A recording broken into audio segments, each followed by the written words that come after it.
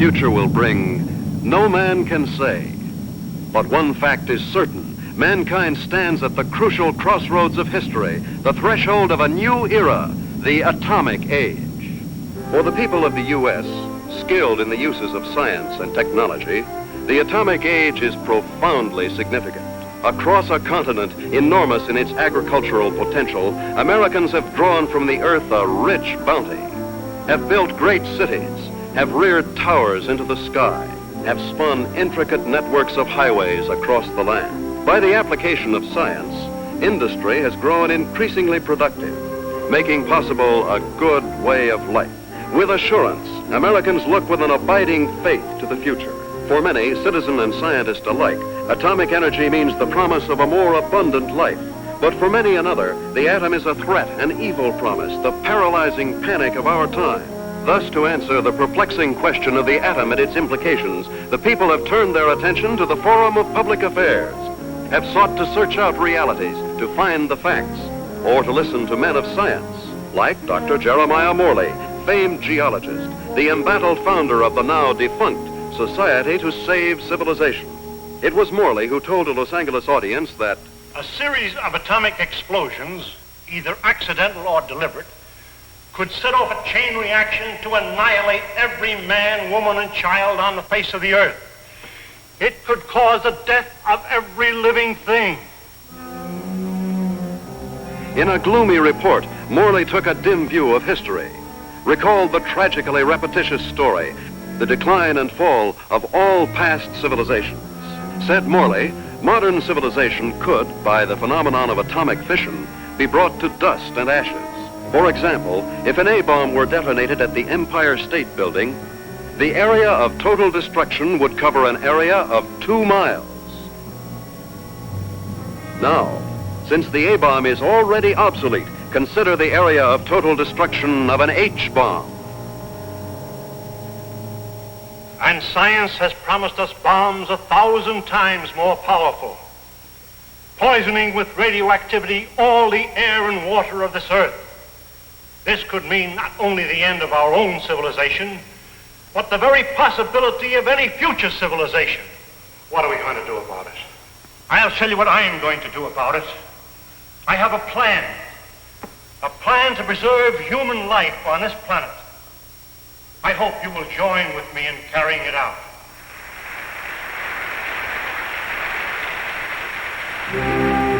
The response to Dr. Morley's appeal was immediate and enthusiastic. The Society to Save Civilization was set up. To its headquarters flocked amateur do-gooders and professional scientists. From them, Morley chose a staff of experts.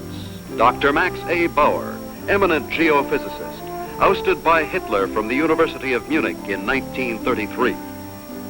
Dr. James Paxton, metallurgical engineer, twice winner of the McKenna Scientific Award.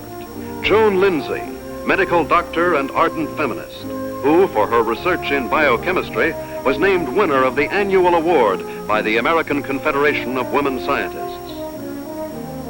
Dr. George Coleman, authority on soil conservation. And Andrew Ostengard, sandhog, explosives expert, Marine veteran of World War II.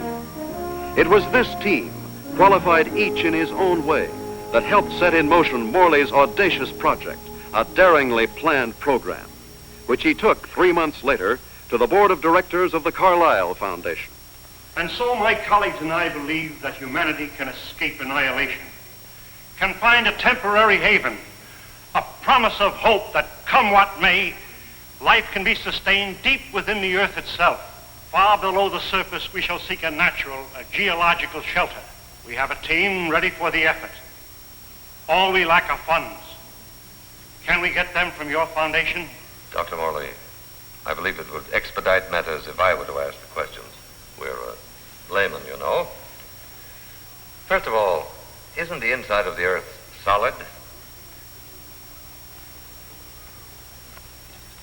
The interior of the earth is made up of vast caverns and air pockets, joined by natural avenues leading from the surface. Natural avenues? Funnels and fissures. Such a fissure lies within the world's largest extinct volcano at Mount Nelly. That is where we intend to start our journey.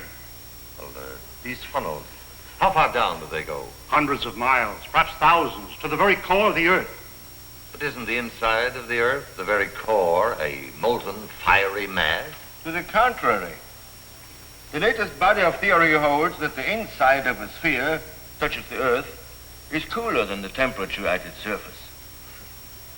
And how would you traverse these thousands of miles? Dr. Coleman, the perspective drawings, please. This is a cyclotram. A what? It's an amphibious conveyance based on the principles of an ovoidal bathysphere. A what? Like a submarine, with the mobility of a tractor. Its head contains a burrowing device, and its walls can withstand extremes of temperature and pressure. But even with the cyclotram or the bathysphere or the whatnot, how do you know you'll be successful in finding this underground haven? We don't know, but we must try.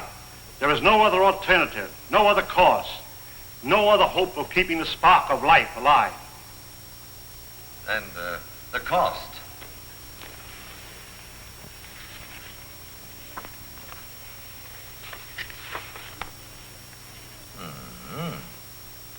That's a lot of money, Dr. Morley. Well, surely you don't expect... But we do. I know you and your committee mean well. Mean well? Next you'll be calling us starry-eyed idealists. Dr. Lindsay, you're out of order. The whole world is out of order. And I suppose you and your associates can set it right? We couldn't have said it wronger if we tried. The appropriation was denied. To carry on his work, Dr. Morley issued repeated appeals to the members of the organization. It failed. And so, last week, the Society to Save Civilization was itself extinct. And one of its leaders, of Professor Jeremiah Morley and his enthusiastic colleagues. Where were they headed after a year of devotion to a lost but spectacular cause? To newsreel reporters, Dr. Morley had only this to say. We have no plans. We have no hope.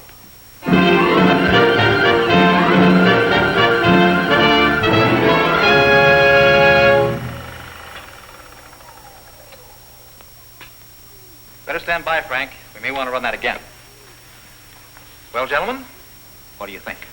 It's like asking a man what he thinks of his own obituary. I thought you'd like to see it before its release in case you had any objections.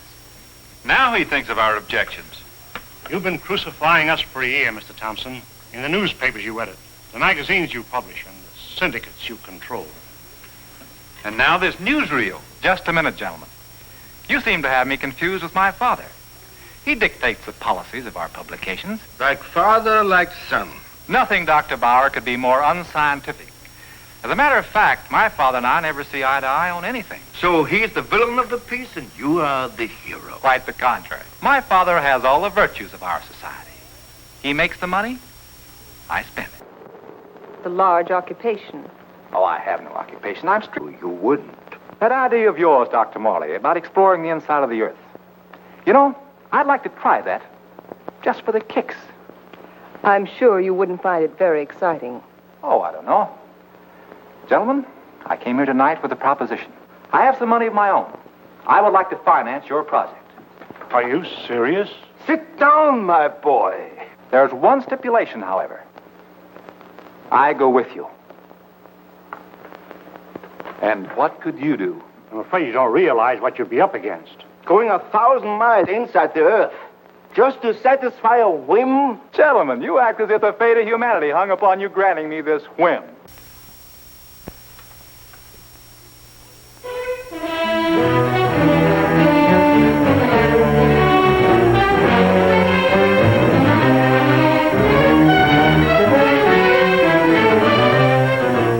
Plans for the expedition are being completed ahead of schedule. And Morley is pleased with our progress. The cyclotram nears completion. Adequate nutrition in concentrated form has been perfected. And for an auxiliary water supply, the Sloan H2O condenser will be used. By the study of our laboratory animals in a new environment, we expect to gather important scientific data. At last, the cyclotram is ready to be loaded aboard the SS Aurora.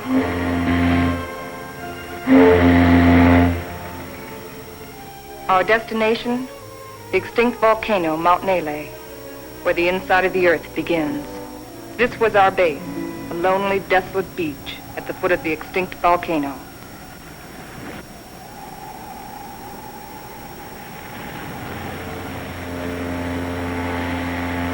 Well, let's go.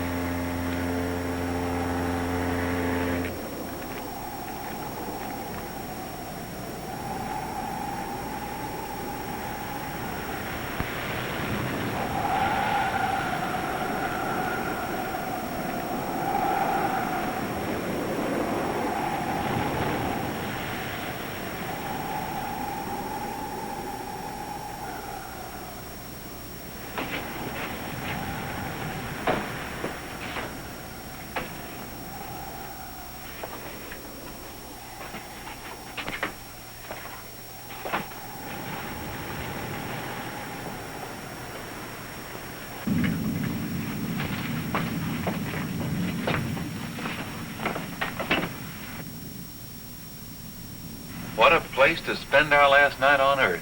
You sound like we'll all be dead in the morning. It's a possibility if we stay here.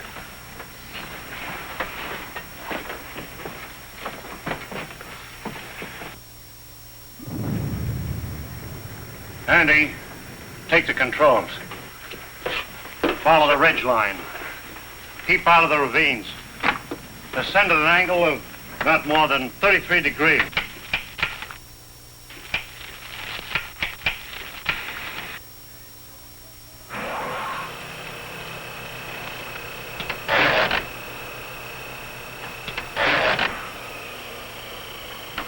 Something's wrong.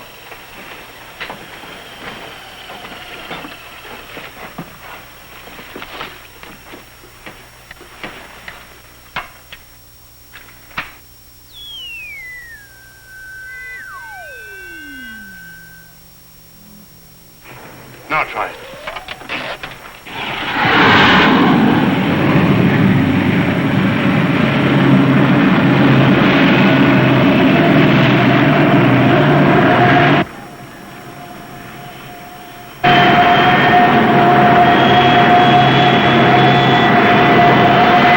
Sustain 2,000 RPM. And follow our chart plan, R4. Check.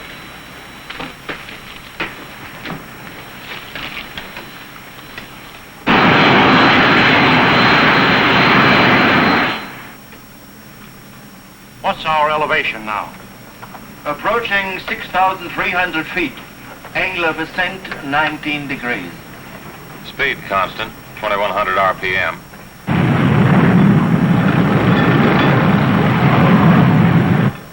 I wonder how long this iron lung is going to hold up. You can still beg out. You can't get rid of me so easily. Give me a reading on the forward rotational unit. We're up to 9,000, climbing at 24 mph. Angle 31 degrees. At that rate, we'll make the summit in 4 hours.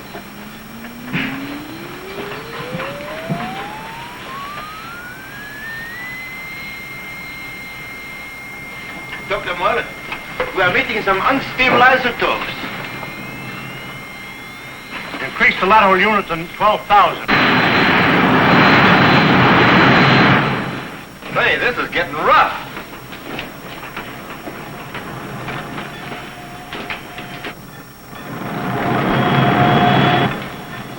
We're approaching position R4. Our computations show an error of less than plus 0.14. Good. We'll reach the summit in 30 minutes.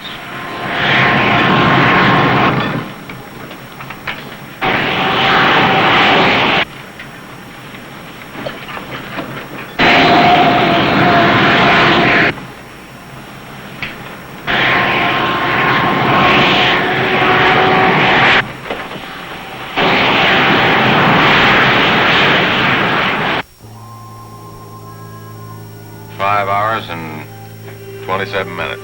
Excellent. 33 minutes ahead of our estimated schedule. We'll make a final check of our position before we enter the crater.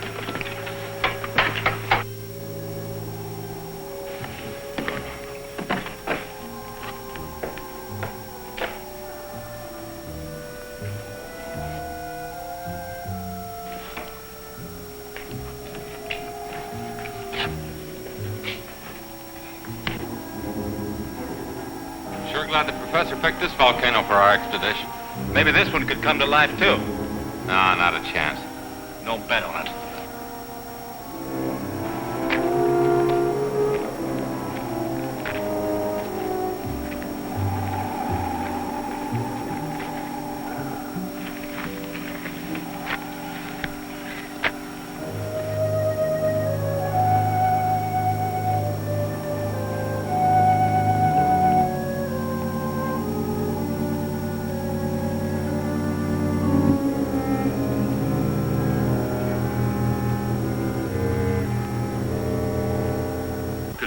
There's no reason for us to wait till dawn. We'll proceed into the crater now.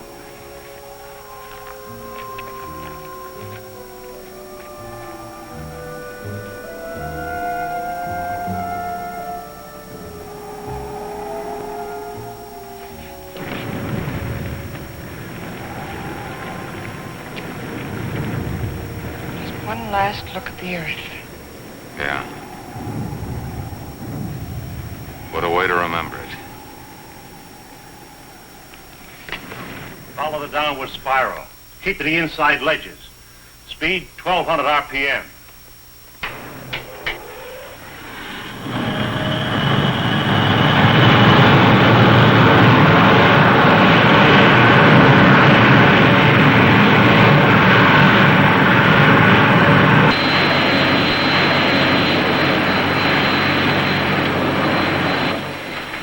Brother, it's really black out there.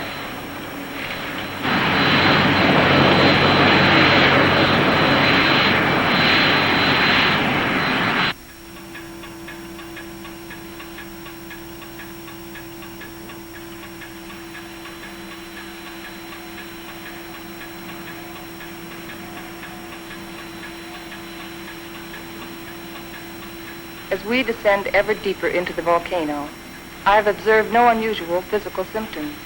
Paxton seems withdrawn, irritable, but with such an annoyance as Wright Thompson present, the condition may not be considered abnormal. The descending ledges are getting awfully narrow. We must be at position R18. Yes, we are. Cut the switches.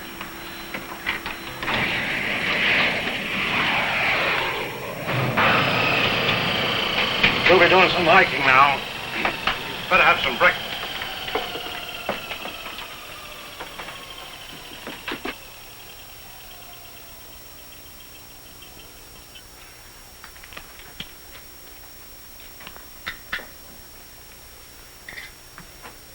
Rise and shine. Morning. How can you tell? Breakfast is served. Breakfast. Well, I've always said there's nothing like starting off a hard day's work than with a good breakfast. Hey, Doc? How would you know? You don't like my kind of guy, do you? Not very much. But I'll make an exception of you. You I don't like a lot. Coleman, take the controls. We'll scout the way on foot for you. Follow on down along the widest ledge.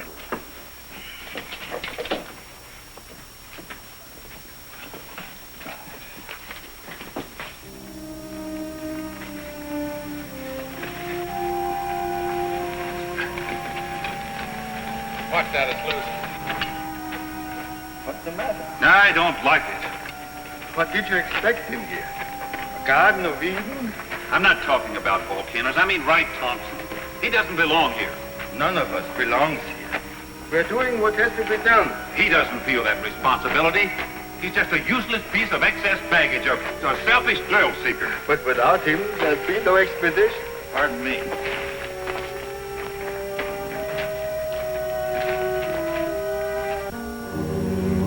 Kind of deep down there, isn't it?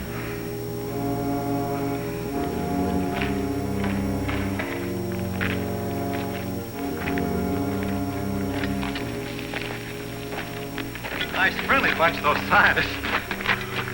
Oh, what's your trouble? Oh, nothing, but don't they ever talk? Not unless they got something to say. That's the way it is with smart people. Maybe they're not so smart.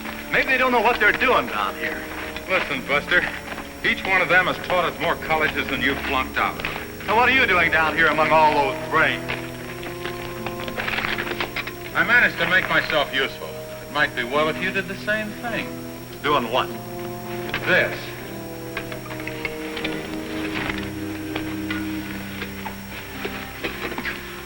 You lead the way for a while.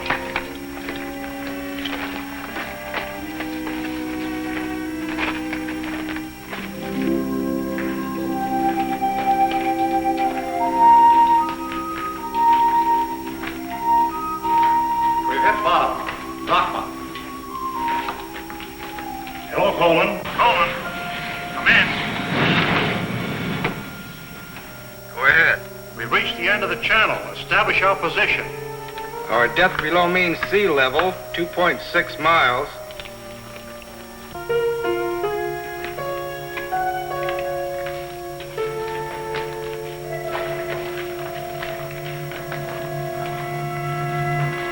The Angstrom Underground Geological Expedition reached this point June 12, 1938, and was unable to proceed further.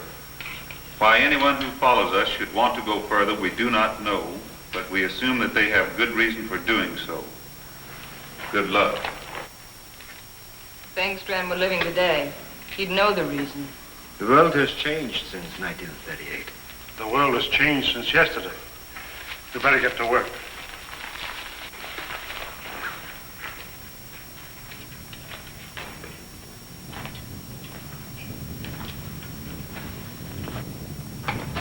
Look! That's pressure from the other volcano. We'll have to work this side.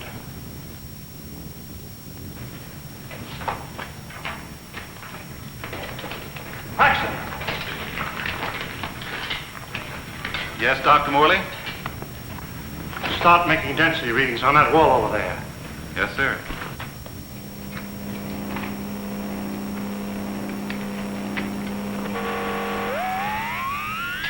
This is it. The point of least resistance. Okay, Andy. I'm ready. We'll all go back to the cyclotram.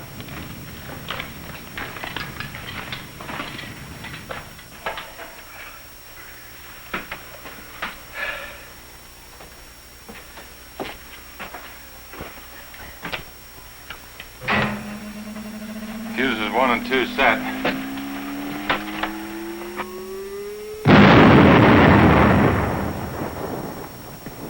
I wonder what we'll be running into. There's only one way to find out.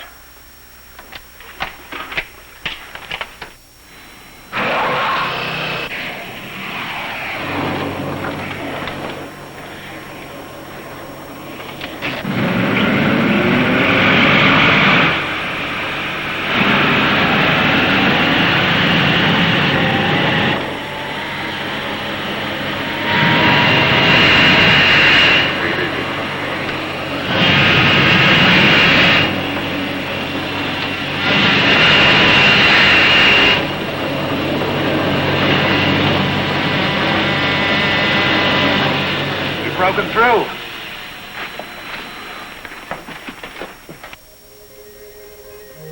Looks like a tunnel.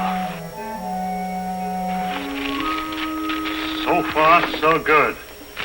Put on your gas mask just in case. Coleman, we'll set the pace. You follow along with the cyclotram.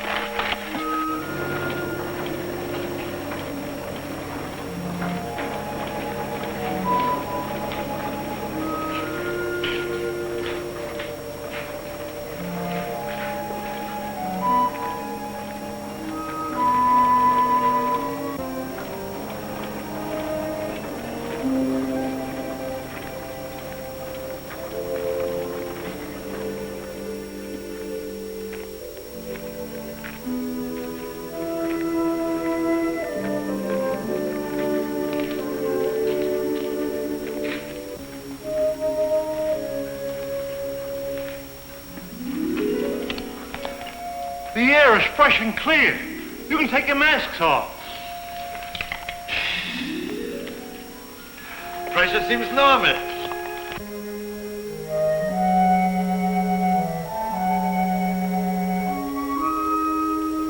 I wonder where it leads.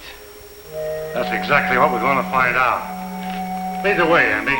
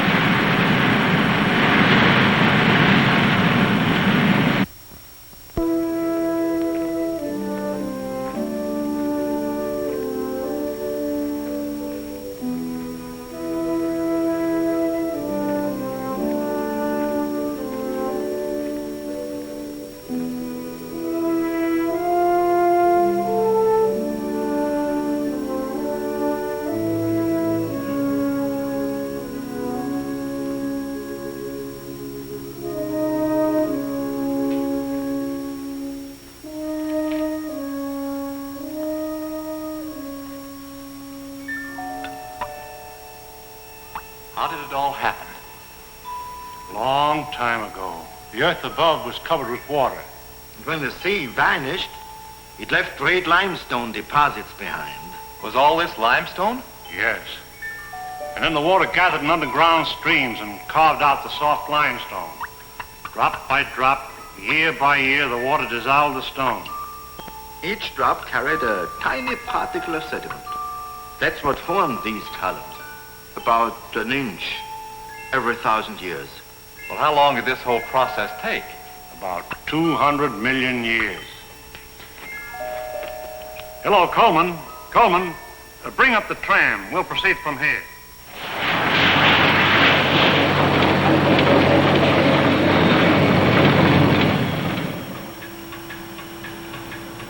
We're down 100 miles. You better pull up.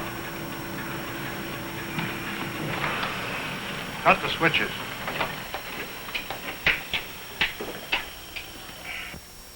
It's funny. When we first got here, I felt a sort of exaltation. Now I feel depressed. I don't know why. The oxygen content is adequate. I know. But I too feel suffocated. Maybe it's the unreality of this place. You know, once when I was working in the Holland Tunnel, I got cut off from my crew for 10 hours. I felt this way then.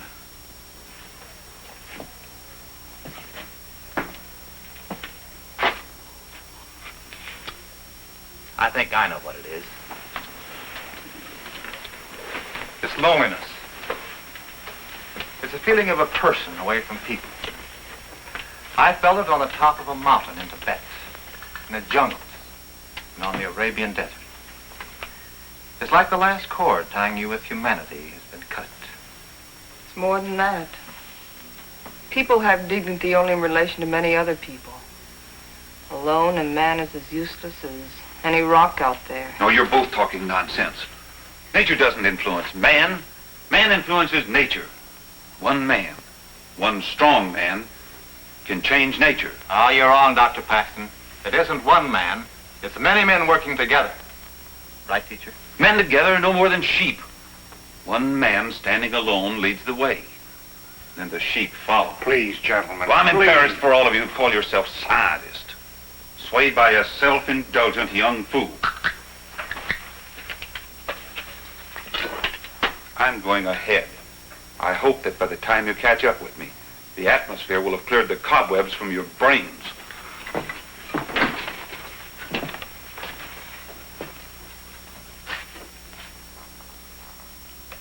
I'd better go with him. It isn't safe for a man to be alone down here. Ah, he's all right. He's the leader type. I'll go with them anyway. There wouldn't be leaders if there weren't sheep like me to be led.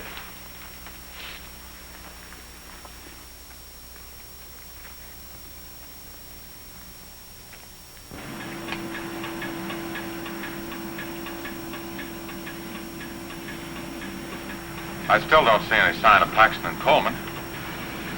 Well, keep going.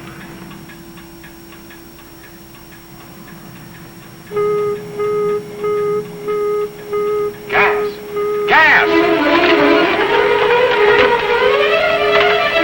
Paxton and Coleman. They forgot their gas mask.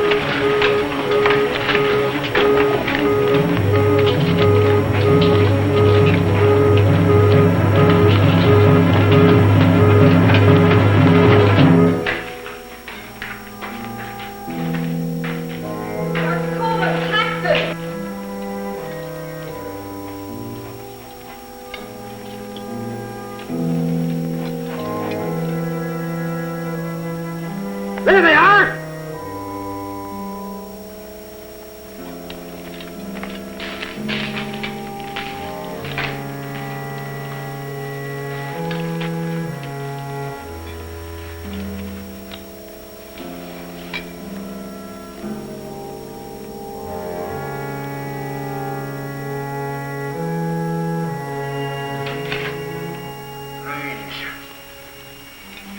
Digging a grave 110 miles under the earth.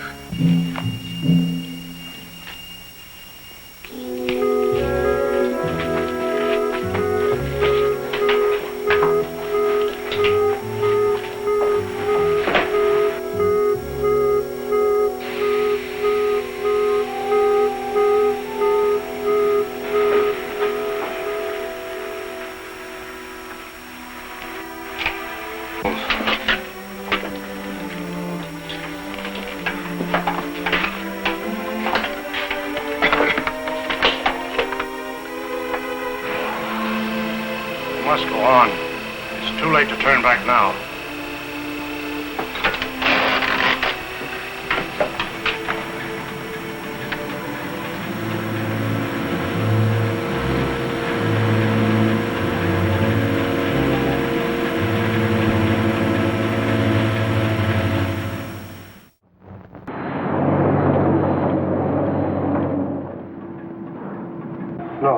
Andy?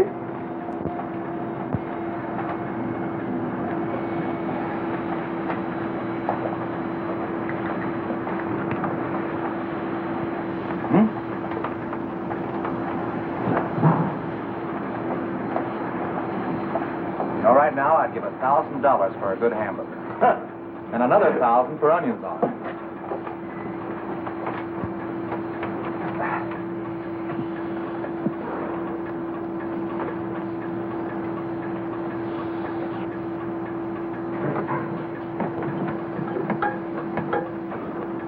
Dr. Morley, our water supply is... Cut the switches.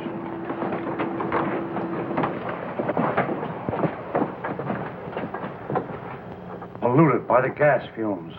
Yeah, somebody left it open. Back there just before Paxton and Coleman took off. I guess I forgot to close it. Oh, Andy! It was an accident. An accident? We may never find water again. Now I suppose you'd give $1,000 for a glass of that. Andy, there's a job to be done. We've got to find water fast, and in this area. Yeah, I know. We got about a chance in 1,000 of finding it.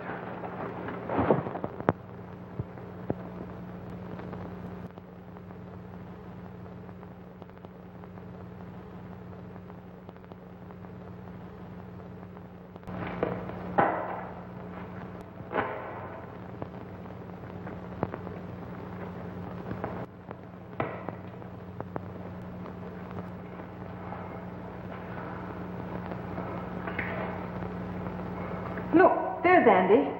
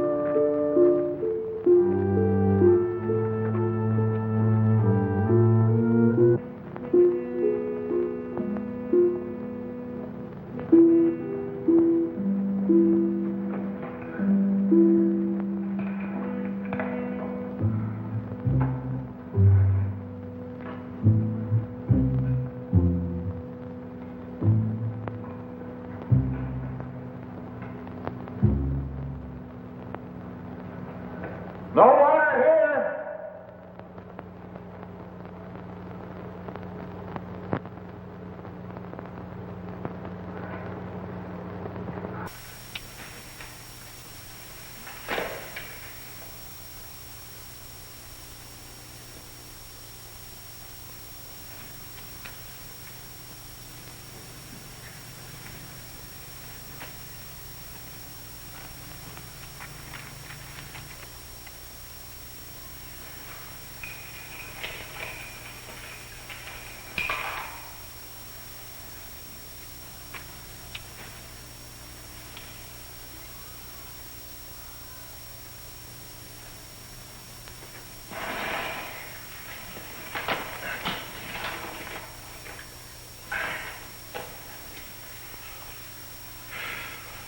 Thing like this enough to drive a man stir crazy. It's no use.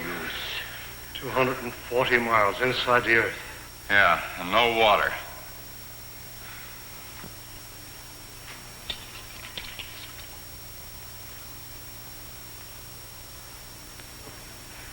Here. I've been setting it to the animals.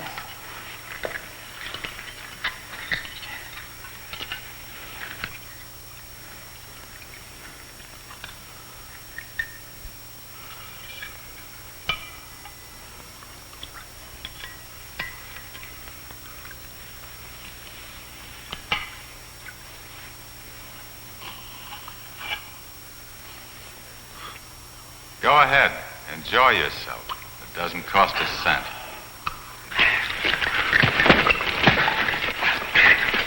Stop it! Andy! This is ridiculous. We have something larger at stake than your personal petty feuding. Now, you two can come with us or stay here and kill each other. I'm going after the Cyclotram. Never mind. I'll go get it.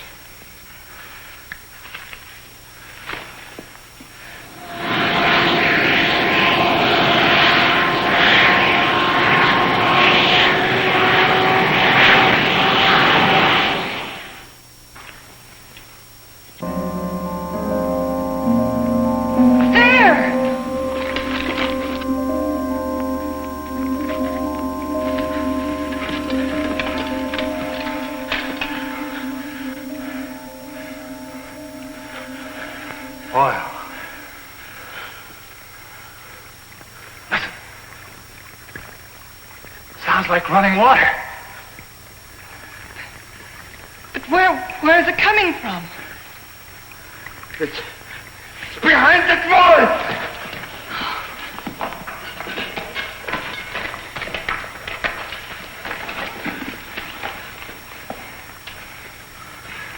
It is running water. Well, why don't we go through the wall with a cyclotram? No.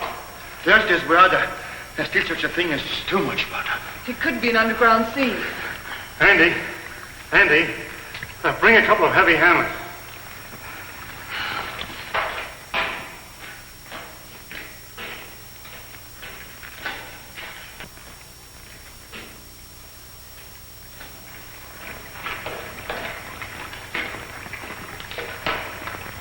What's up, Professor?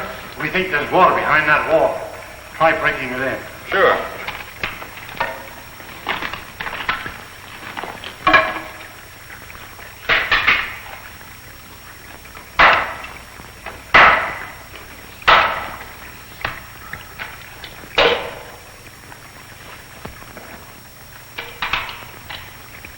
I brought 2 hammers, you know.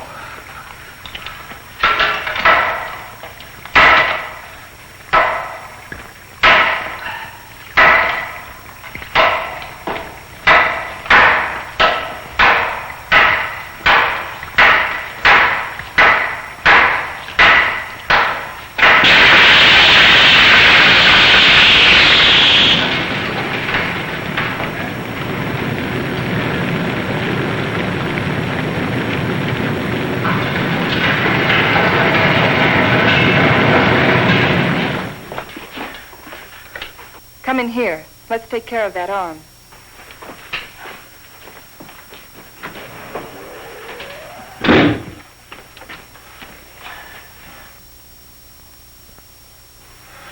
The outside temperature is rising fast. It's up 280 degrees now.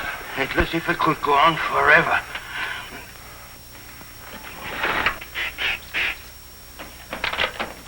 Hold it out there.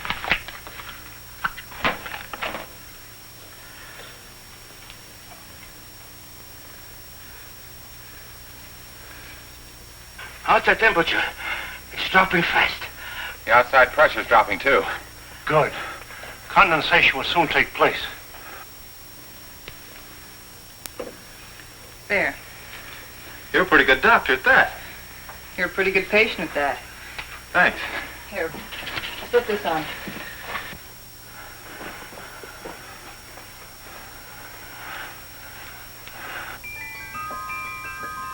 It's water. Look. Look at it. It's water.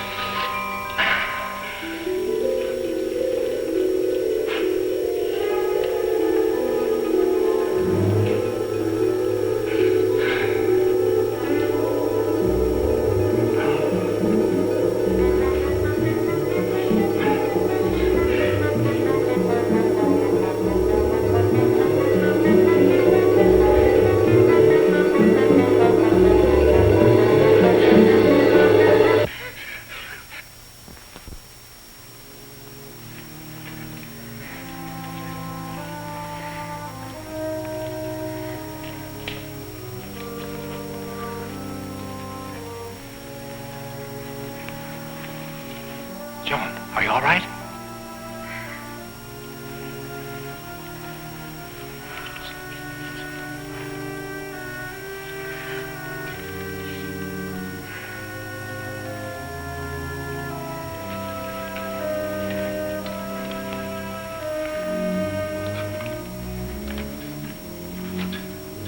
Well, what shall we do now? All right, I'll say it. I'll say what's on all of our minds. Don't try to read our minds, Thompson. Just speak for yourself. Then I say, let's go back. And I say go on. But look at Joan. We've gotten nowhere. Deeper and deeper into nowhere. We've failed. Would our failure be any less if we turned back now? Our chances of living would be greater. If we go on, we're dead.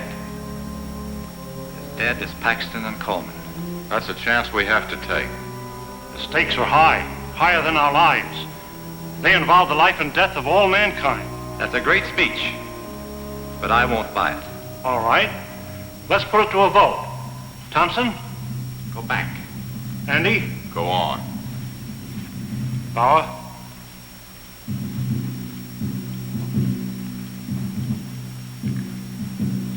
Go back. Go on. Seems to be a deadlock. I suppose none of us would like to reconsider? Doesn't woman suffrage count here? What do you say, Joan? I say go on, and let's not waste any more time about it.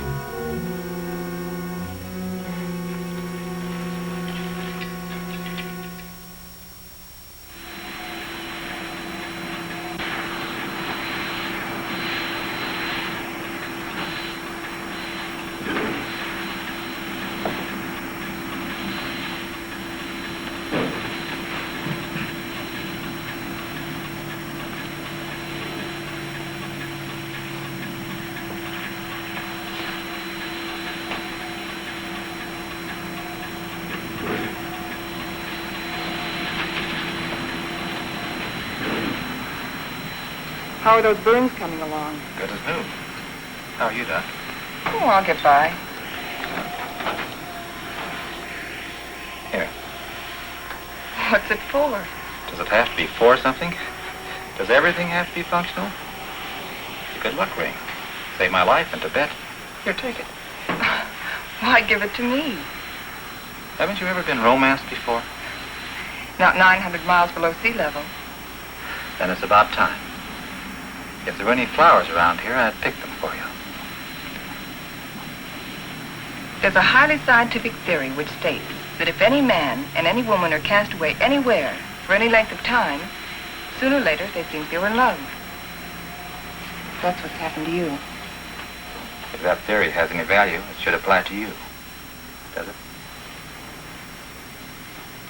No. Well, I guess I need a little more time. We'll talk about it later.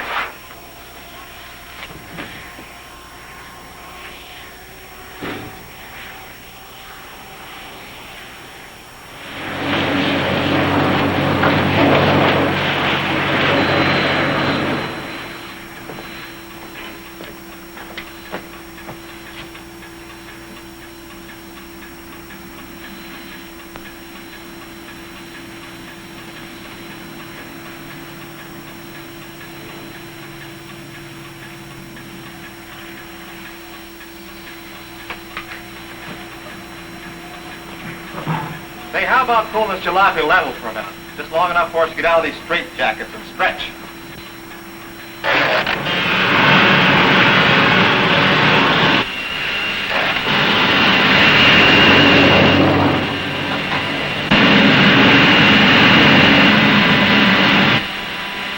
How much longer is it going to be like this?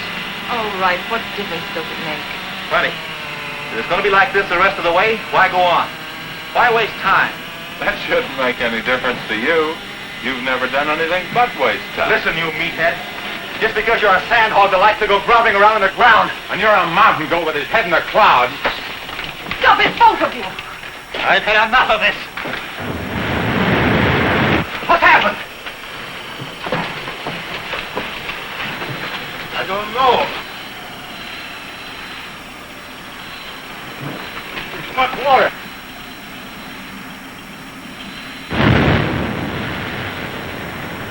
We are out of it.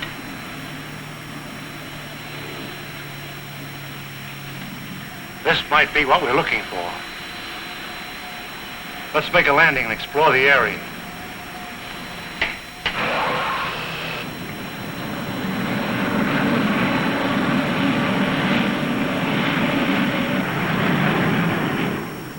It's got a high calcium content, but it's drinkable. Hey! Look what I found.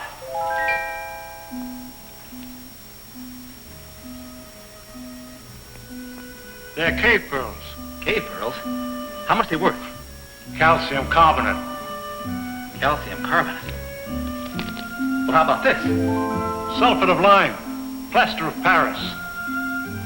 Professor, you take the romance out of everything.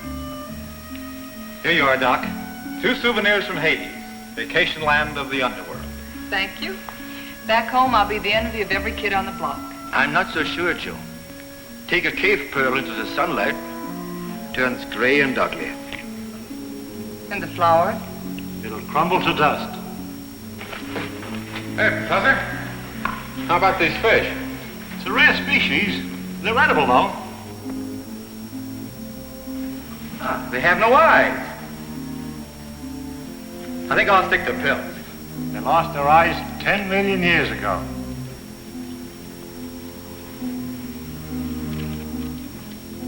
What kind of a place is this?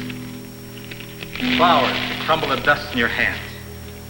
Stones that look like pearls. Fish without eyes. Nature sure a practical joker. I suppose you could have done better? 10 million years, I couldn't have done worse. Morley believes this is the shelter we've been searching for. A valley of shadows where light can be sustained.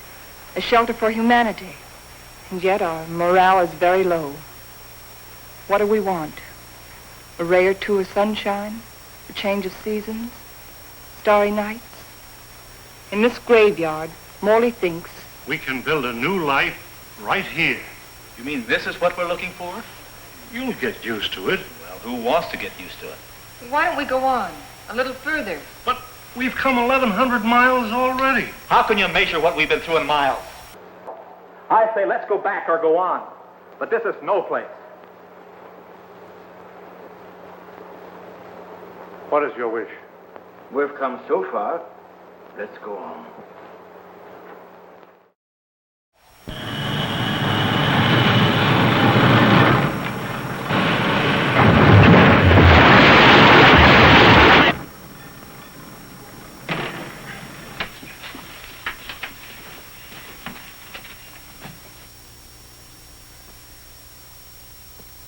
Well? which way do we go?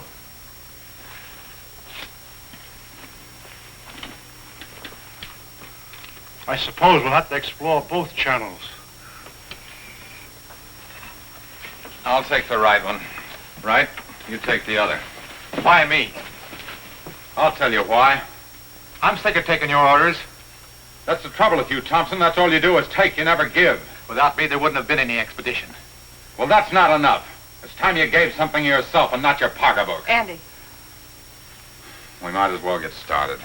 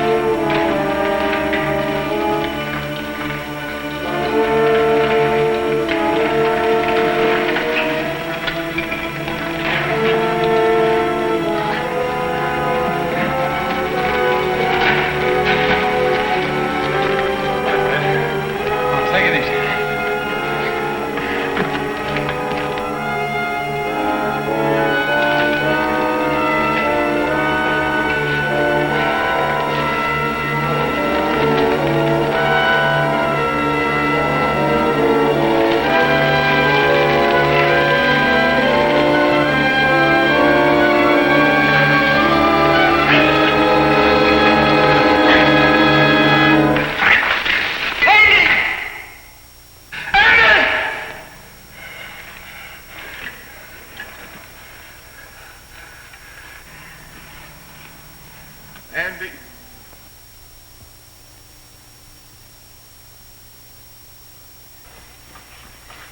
You're supposed to be taking it easy. Try to get some rest. Listen to me, Wright. You've been like this for days. How long can you keep it up? He didn't like me any more than I liked him. Yet he saved my life. It doesn't help brooding over it. But he died saving my life. He did what he believed was right.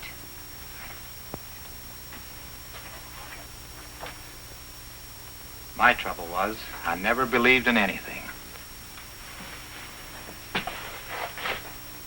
You can start now.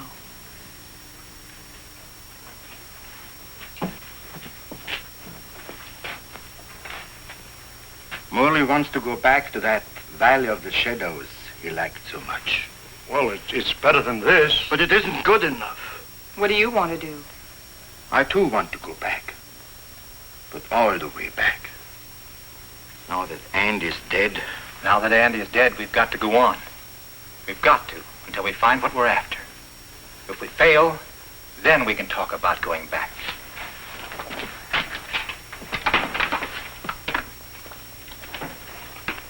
Over there. Good.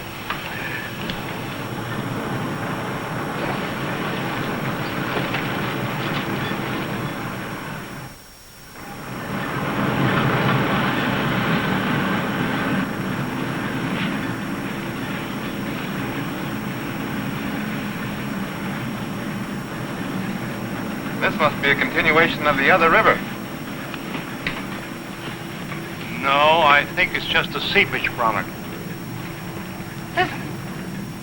What's that?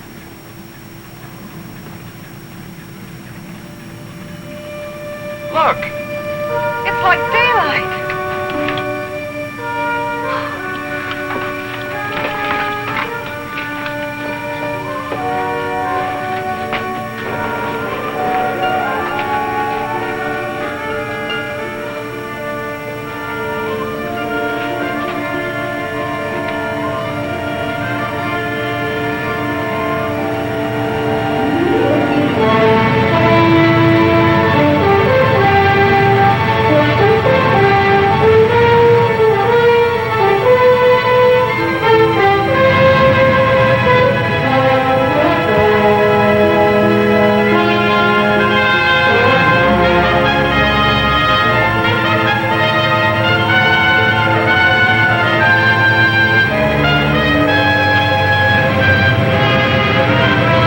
Like a dream after a terrible nightmare. I think we found it.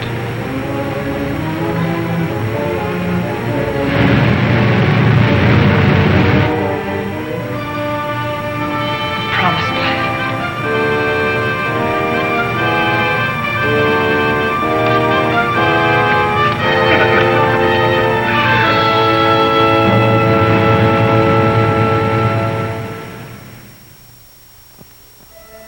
we have discovered a vast and radiant cavern deep within the earth. Along the shores of this incredible cave lies a great underground sea, gathering up the waters of the earth. A strange, sunless light is reflected from the phosphorescent dome. The glowing peaks are weathered and sharp, and the gullies deep. The wind is soft, and the climate pleasant. Vapors rise up into the bright dome, forming luminous clouds.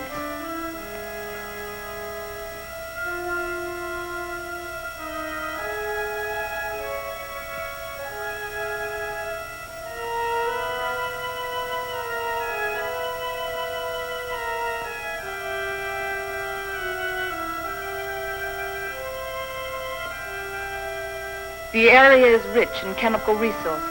That means power and industry, according to Bauer. And Wright says a real estate boom is on.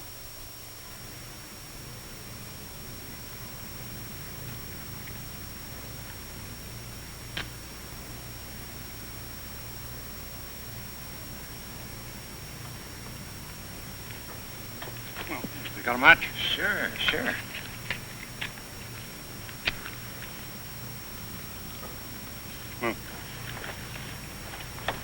How you coming, Professor? Uh-huh. Still feeding those rabbits? They eat like pigs. Small wonder. They're expecting in a couple of weeks. All of the rabbits? No, silly. Just the lady rabbits. Tell me more. Here, make yourself useful. Get some more water. Explorations and surveys of the surrounding area continue. Morley and Thompson have set out toward the southeast to investigate the land and its potentialities.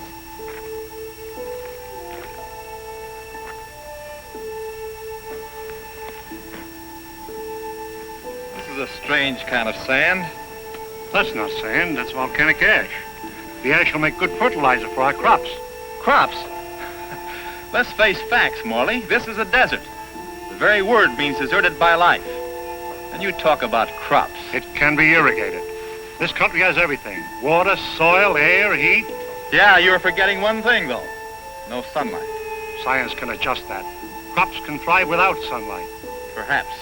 But can we?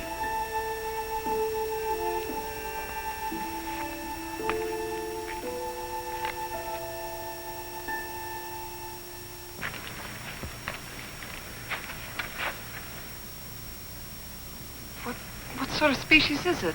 It's the fossil remains of a species of lungfish. He breathed by means of both lungs and gills. When he came out of the sea 400 million years ago, he was the ruler of the animal kingdom. With his lungs, he was a pioneer in a new way of life. How did they become extinct?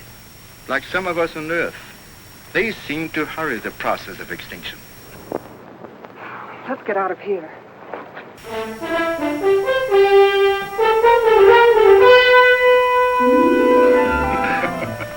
What's the matter? You act like you swallowed a canary for breakfast. This is the day, right? This is what day? The day we're expecting the first litter of rabbits. Well, who's going to pass the cigars around? You apparently don't realize the importance of it. Oh, I'm sorry. By observing the rabbits, we've already learned that they respond to nature basically as we do, as any mammal does. And from their young born today, we can predict how our own young will respond in the new world. Dr. Morley, Bauer. Come on. You go ahead. I'll get plenty of hot water.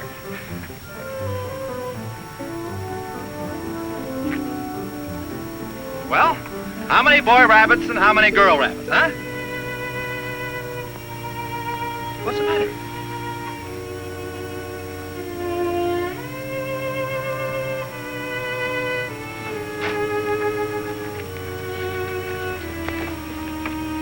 Joan, what's the matter? They're dead. They're all born dead.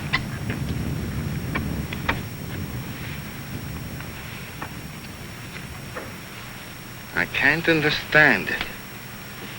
Why? Why? There must be some cause, some biological reason. We've been searching for causes. Our investigations have been checked, tests rechecked. Examination of genetic tissue proves that all experimental animals born here are sterile.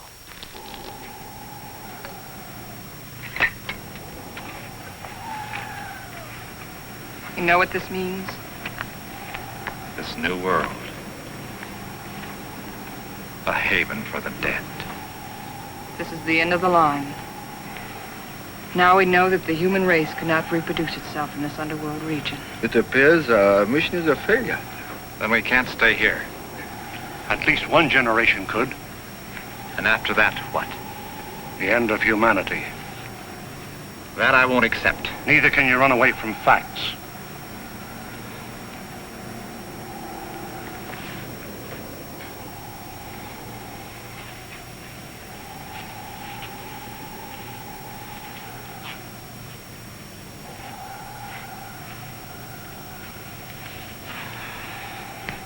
I've always run away. Climbing mountains. Trying to prove something. I don't know what. I too ran away instead of fighting. And now I've run away again. And I was always afraid I couldn't compete in a man's world. I think I want to go back and try again. Go back to what? To a world bent on self-destruction? We can live the rest of our lives here in peace. Morley, you're wrong. This isn't peace. This is a resting place for the living dead. I don't believe it's the end of the world. I don't believe it's the end of mankind. You're young. You don't know. I've lived through the terrors of 2 great wars. I've had enough.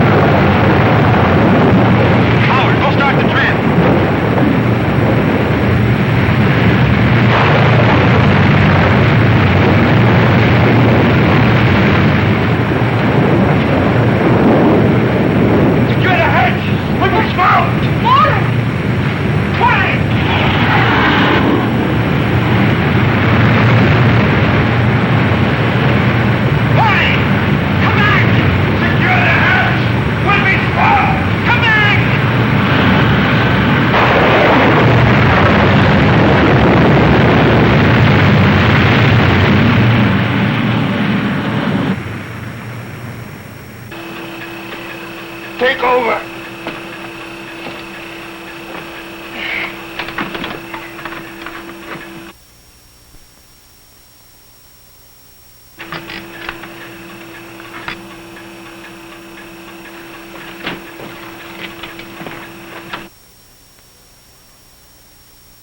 Something's wrong. Something's pulling us down.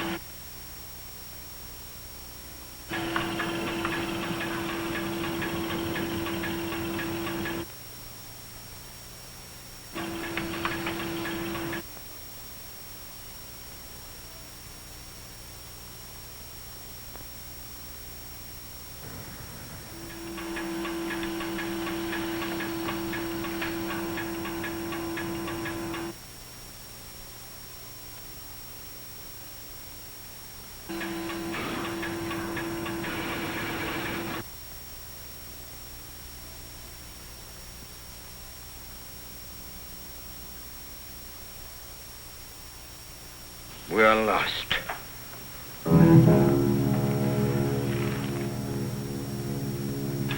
We're in a blind alley. Ever since we started, we've been in a blind alley. We can't bury ourselves in the earth and expect to live. Maybe that's the secret. Morley understood. Strange. We didn't know it before. I used to be afraid of death. I was afraid of life.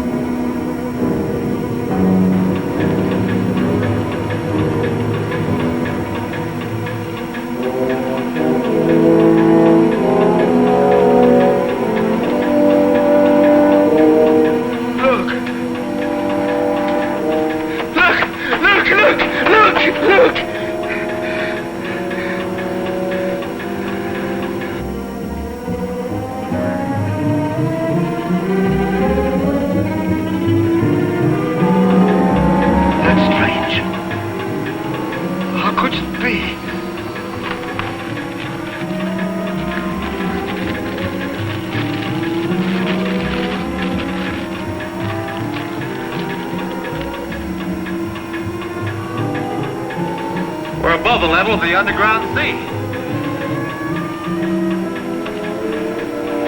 We found a channel to the upper ocean.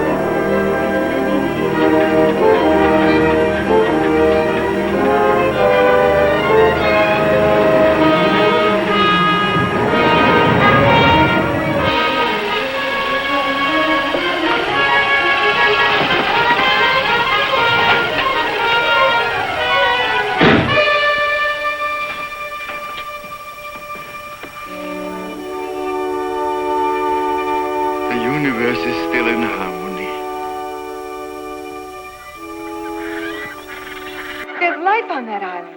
People. I feel like I'll live forever.